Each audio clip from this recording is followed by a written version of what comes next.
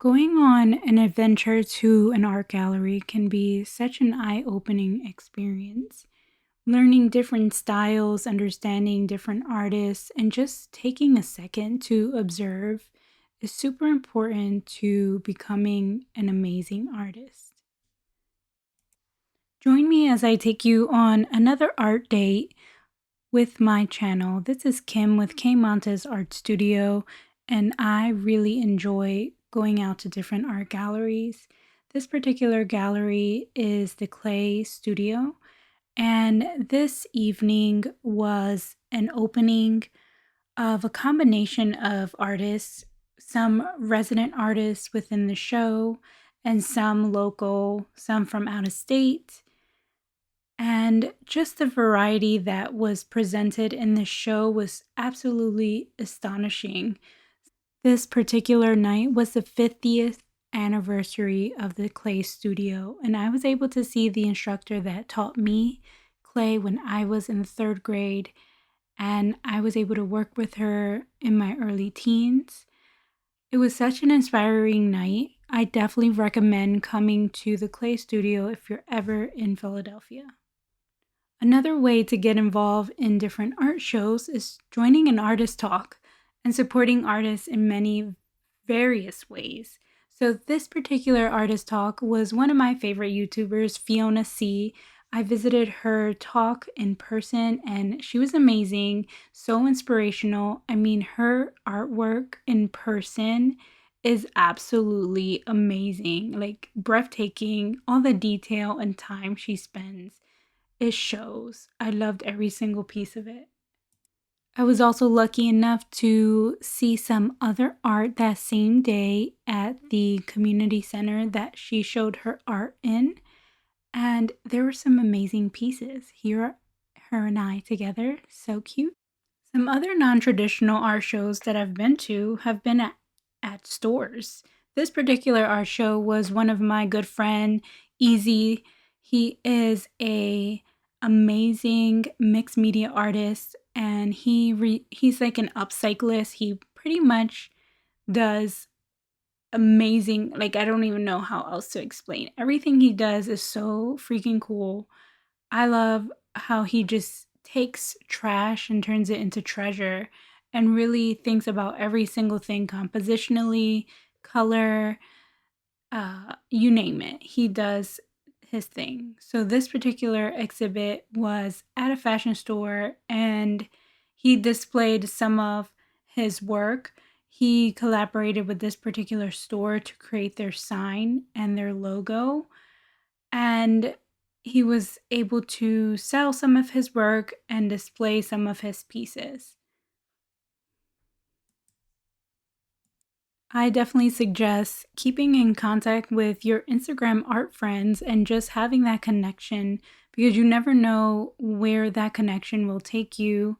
And just having an internal connection of artists is how I've been able to enter certain shows and work on certain events. But being involved with your art community is super important. Can we just talk about how awesome this bear is? This bear was also commissioned by the store in part with the logo, which you can kind of see in the background a bit right there. And this store was primarily a shoe store with a couple fashion pieces, but look at how detailed every single item is. And also, how fun are those blue fuzzy shoes? Another place that you can visit for art for free are often community local art events. So, this particular show I go to quite often. It is the Fabric Workshop Museum in the Philadelphia region. And a lot of their events and shows tend to be free to the community with, of course, a suggested donation. This particular show was very interesting, driven by fabric and textile in combination with art pieces within frames, telling stories within the tables, and you can see different items within those tables. Each of those items represented something to the artist that tells the story of the textile. So, just exploring your city and seeing what's free. I love going to free art shows and being able to explore. This next show is a little bit triggering, so if you are not interested in hearing about people that are in prison and people that have been incarcerated, you can skip over to this portion of the video. So, this particular segment is by artists that are currently in prison, and a lot of their stories are very heartbreaking. They have some have life in prison, some have a short amount of time in prison. Some There's actually one artist in this show that was released from prison and was actually at the opening event that night. And a lot of the stories that they tell tend to be about their experience being in prison. And some have different cases, some have different stories. I didn't really go into depth in reading every single story, but it it is very impactful when you see the entire exhibit together. And I was fortunate enough to experience this show alone, and it's even more impactful in that way. I think that this particular program is doing such an amazing job at exposing art to those that are incarcerated and allowing them the ability to express themselves through paint, through storytelling, through something that gives them a peace of mind while they're going through this hard time in jail. Moving on to the next levels in this particular show, there are some other amazing artists that are local, some that are from other states. And this particular show focuses on figures in action and the experience that they go through. So, this gallery in general is my favorite, and I'll leave all the links below in the description box. But if you do get a chance to visit any of the galleries in Philadelphia, this particular one is my most recommended.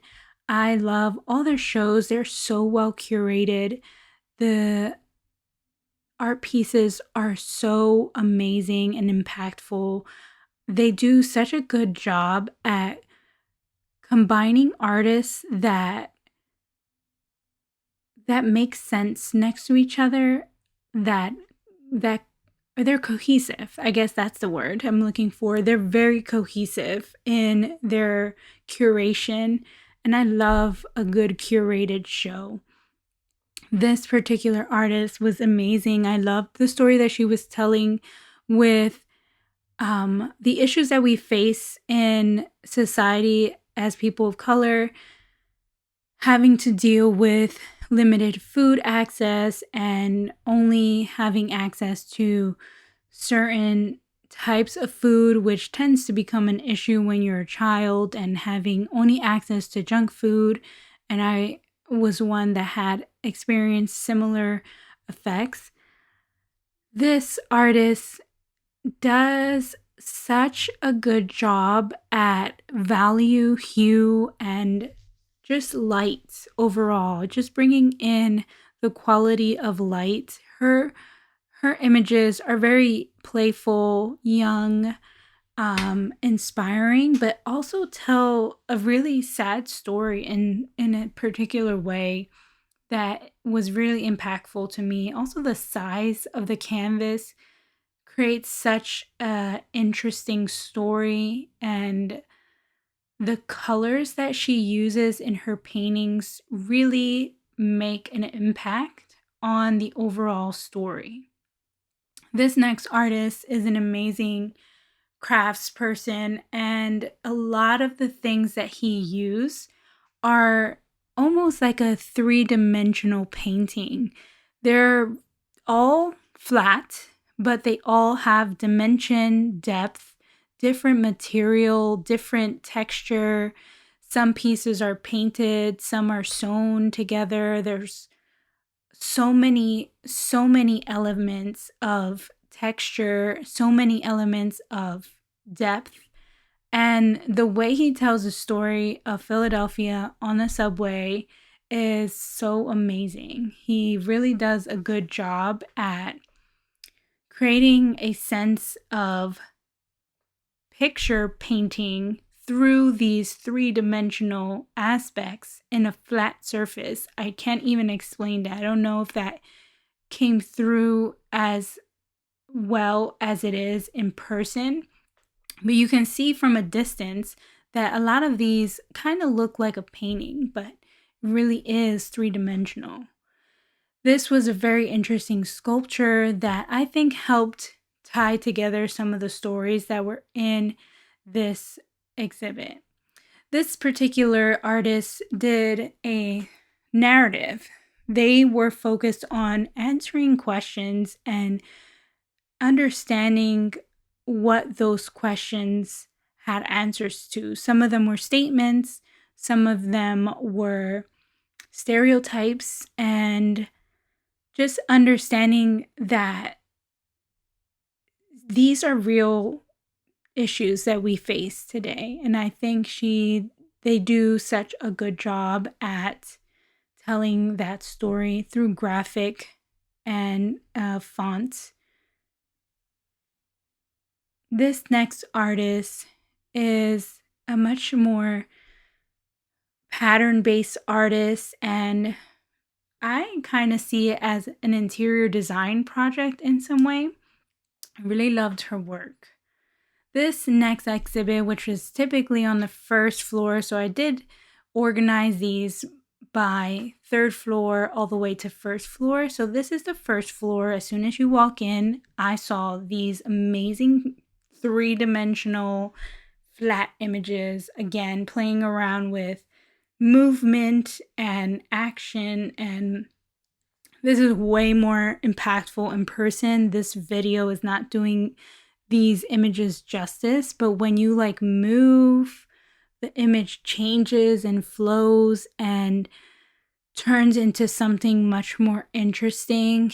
And you'll see in just a few that there's a couple of the effects that you can see, but there are a few images that are very impactful and kind of, have a political message to it. And just the idea of using standard objects that you would see, like these toy objects in a child's playroom or something, turning into something else. And then also thinking about these butterflies in particular and how they're free, but then they're being held back by money. And that's how I interpreted these particular butterflies, is the beauty within their freedom, but yet having the political issue of funding. So I think this entire collection from the first floor to the third floor all had a similar message in political aspects. I think that was their theme for that month, and it made sense. Again, like they do such a good job in thoroughly thinking through every single curation within this show. So I definitely recommend this gallery, and all the links will be below in the description box. This particular one drew my attention because it was so dynamic in the way that they made the color move.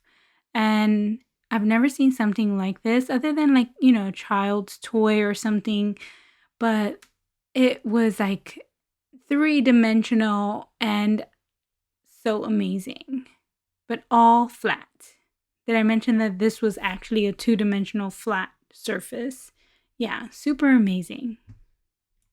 So I hope you enjoyed this little art day. It's a short one. Definitely stay tuned for more, and I will see you in the next one.